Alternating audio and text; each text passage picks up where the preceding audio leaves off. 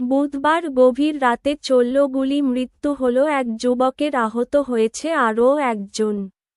মৃত যুবকের নাম রাহুল দে, 30, আহত যুবকের নাম জিৎ মুখার্জি।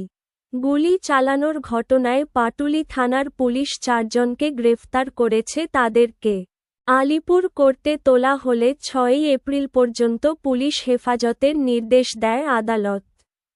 গ্রেফতার হওয়া 4 জনের নাম দীপ রায় ওরফে পুকাই, বিধান ব্যানার্জি, রাজা বণিক ও জয়ন্ত ঘোষ।